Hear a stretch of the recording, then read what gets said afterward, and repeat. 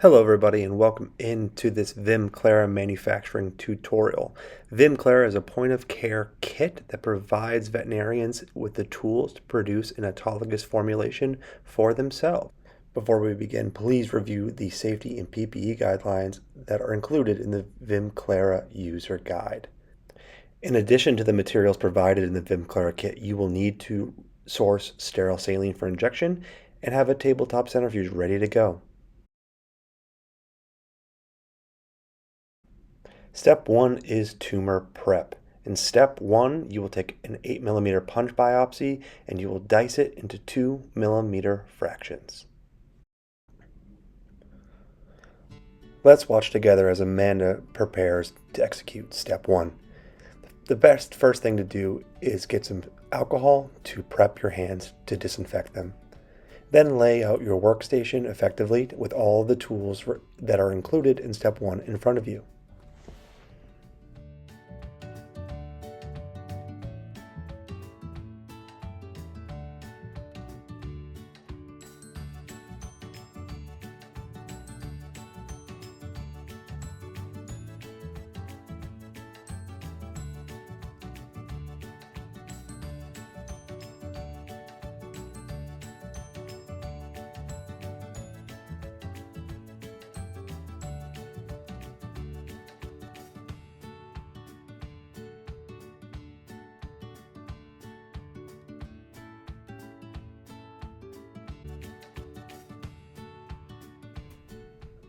Note, in this instance, we will not be needing the 8mm punch, as we already have an appropriately sized sample contained within this cryo vial.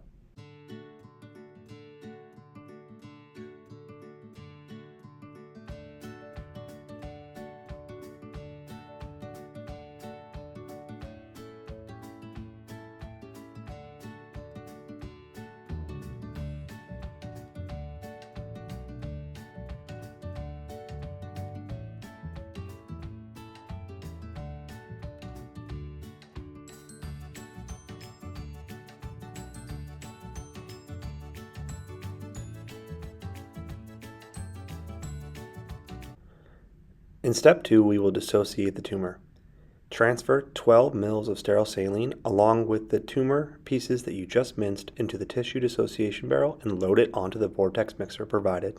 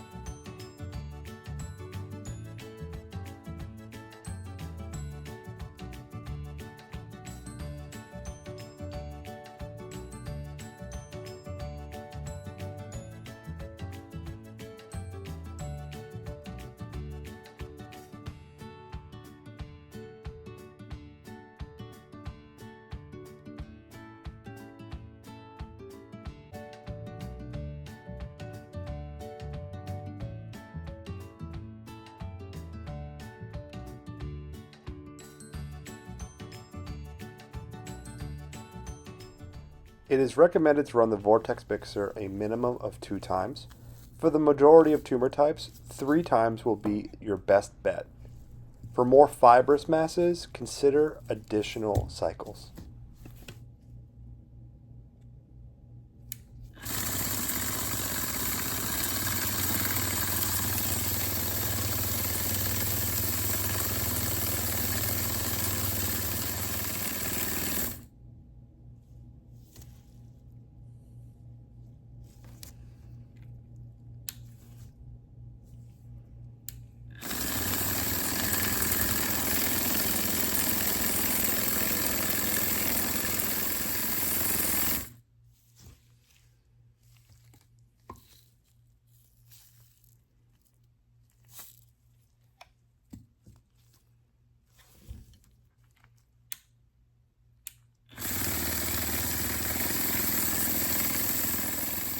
Step 3 is deactivate.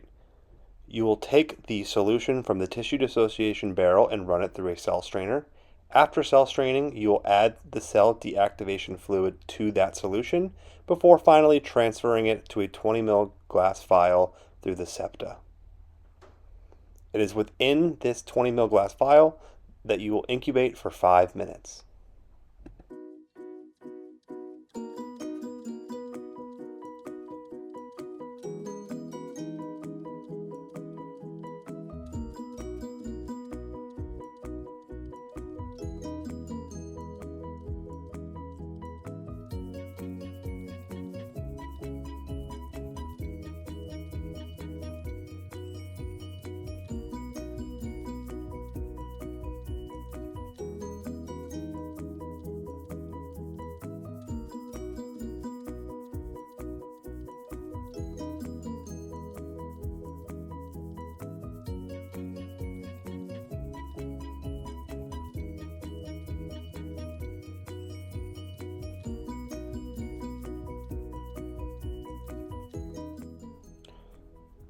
To open the cell deactivation fluid, I recommend finding a spare glove, draping that glove over the top of the glass ampule, and cracking away from the body. To avoid introducing microparticulate glass into the final formulation, we provide a filtered needle to draw up a 1 cc volume before transferring it to the cell strainer vessel.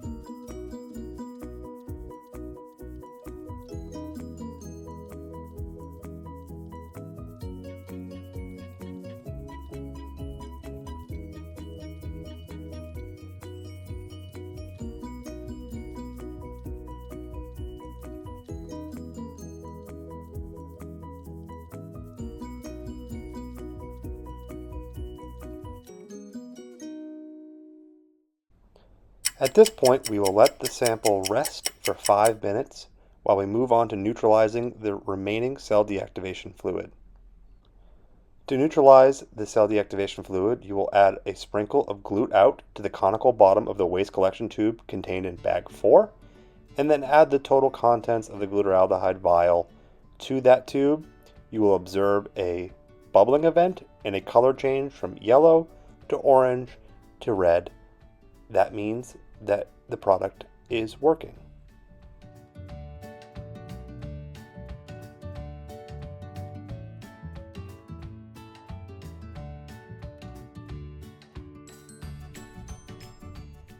After this point, you will save the waste collection tube for the wash steps ahead, and eventually, because you've neutralized the glutaraldehyde, you can dispose of that contents down the drain.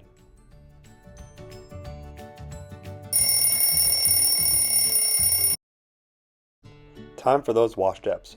Go back to that 20 ml tube that was resting, and you will divide the contents of that vial equally to 2 non-additive blood tubes via the septa. Deliver that with a syringe and needle, and then prepare it for centrifugation.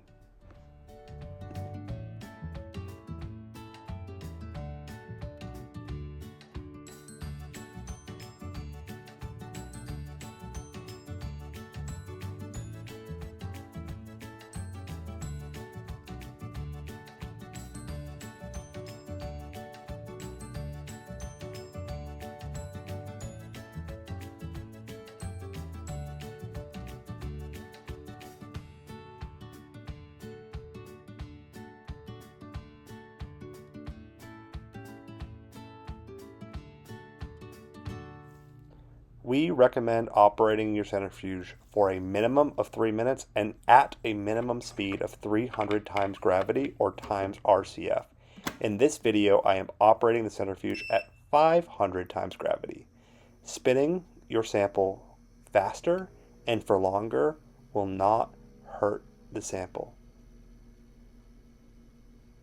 It may, however, form a more dense pellet that will require a little more effort to distribute in our final steps.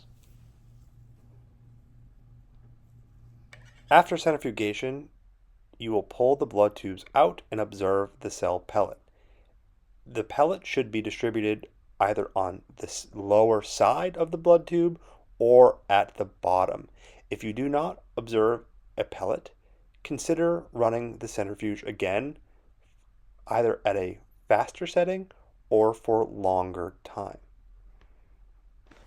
With the cell pellet visible, we will now move on to a series of wash steps. You will perform these wash steps within a closed system using a series of needles and syringes. The goal is to remove as much of the supernatant or solution that is contained within the tube and to leave the cell pellet undisturbed behind. After you remove the waste fluid, you will discard of that within the waste collection tube, and then you will replace the fluid volume with clean saline into the blood tube before performing another centrifugation cycle.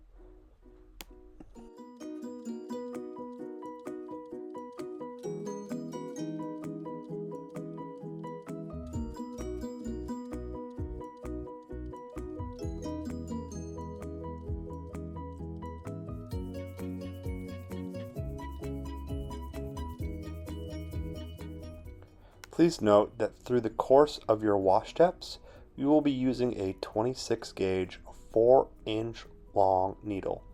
This is probably a needle length that you've never worked with before. It's important to use two hands to guide the needle in and out of the septa in order to avoid needle bending. This needle length is a necessary evil to be able to transfer the fluid volume in and out of these containers in a closed system.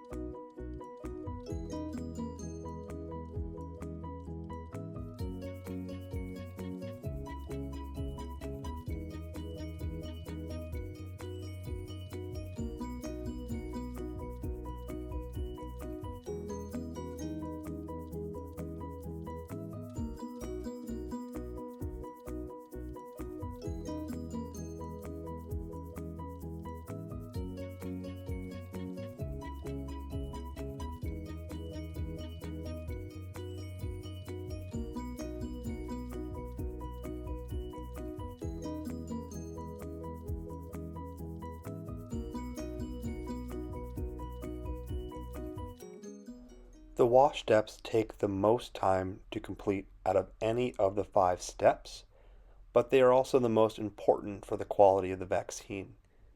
Take your time, go slow, and work diligently. We do not need to rush this process. You want to maintain the sterility of the product and the quality of the product by maximizing the pellet yield and getting good, clean saline into the wash step.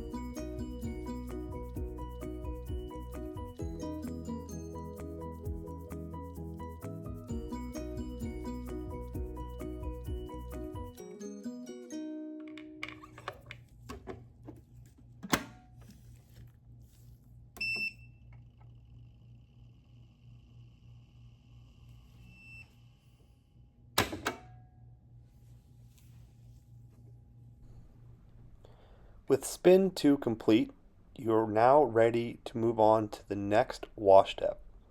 Quite simply, you're going to repeat everything that you just did. You will absorb the cell pellet. You will remove the solution, the supernatant, from the tube and discard that as waste. And you will replace with clean, sterile saline before spinning one more time.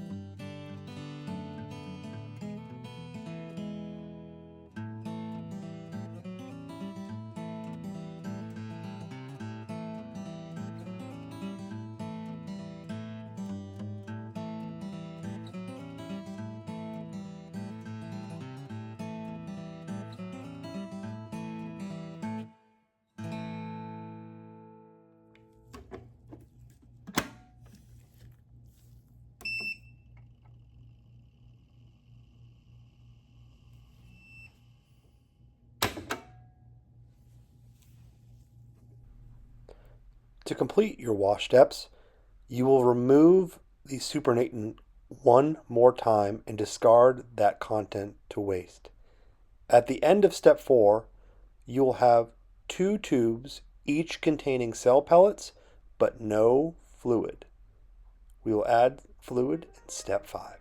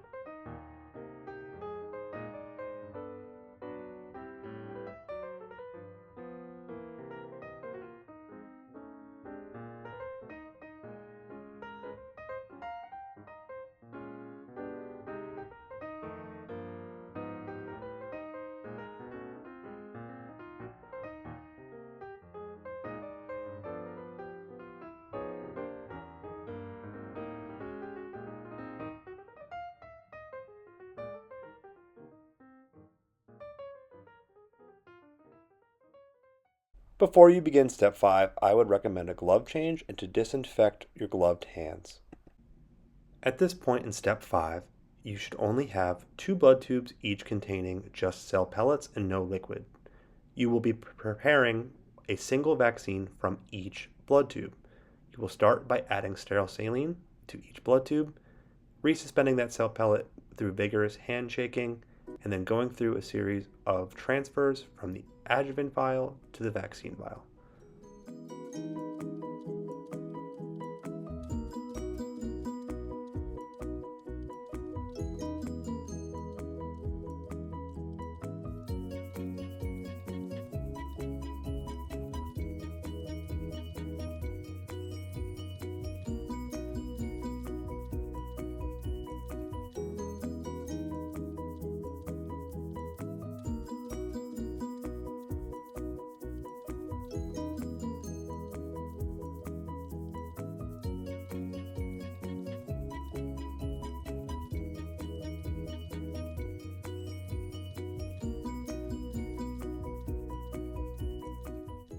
Before you transfer the contents of the blood tubes to the adjuvant vial and finally to the vaccine vial, it's best practice to use the alcohol wipes provided to disinfect the septas and those vials as well.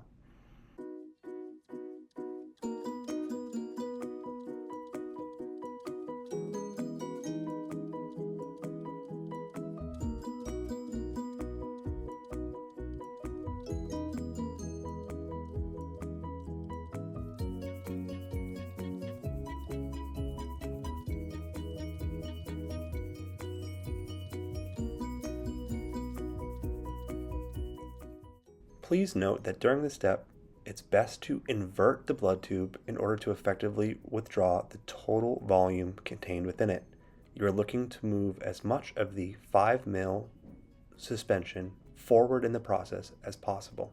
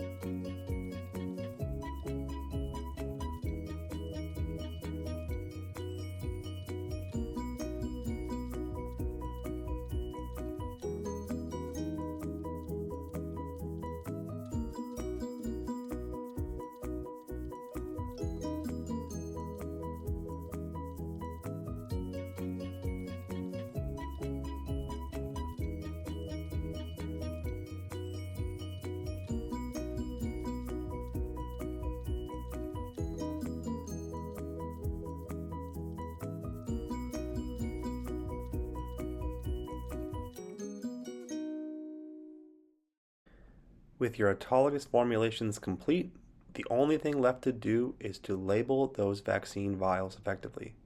Please complete the vial with patient name, date of manufacturing, and the expiry date.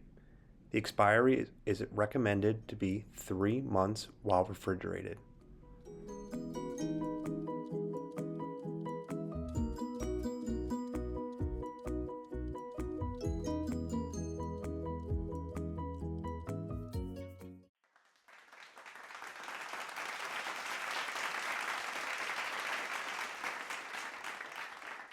Thank you for watching this video. If you have any other questions, please don't hesitate to reach out to us at info@torgen.com.